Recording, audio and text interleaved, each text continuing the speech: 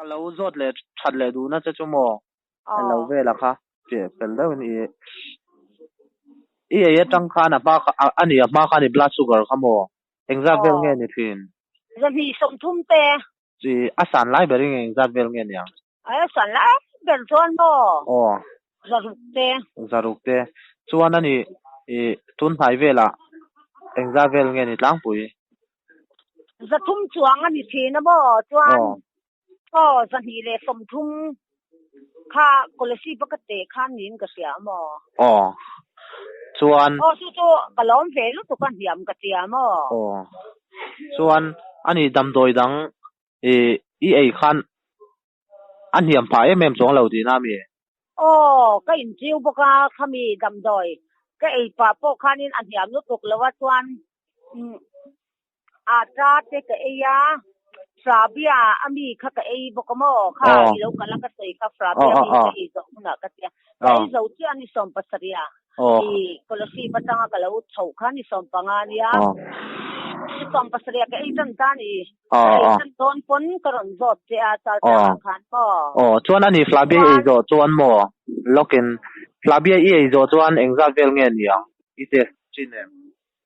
alan hiam lu tu va lo te na mi engmanin ka selawa mo frabia buti kai khan mo ni kala kai reng thaw mo chuan som pasaria tanga ka ei khan mo ni som ngoro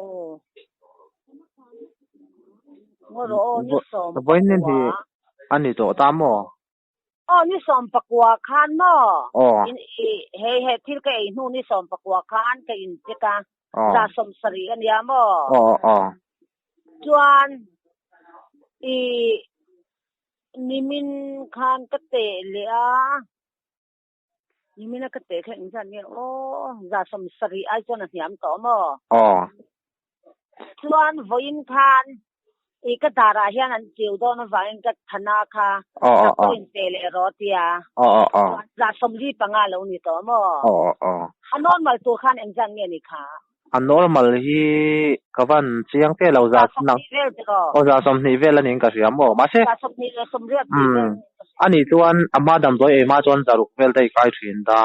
chuan kai thin da ta chuan ka in tiu ta an hiam ta za tum hi tu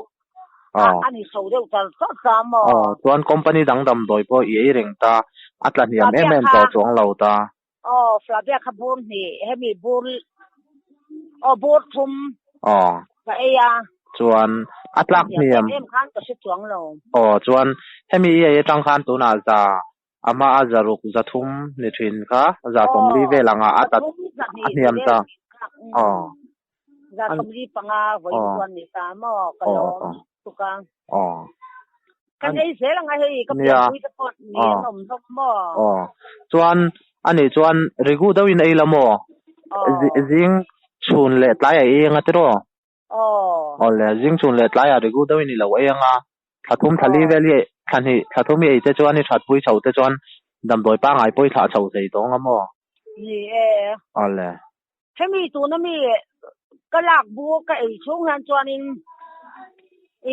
adam doi hi kala ei tela anga ka lo ti ri ru mo dik thiang poi lei nem kha chumo le I paro achan chu insulin injection kha tu na chuan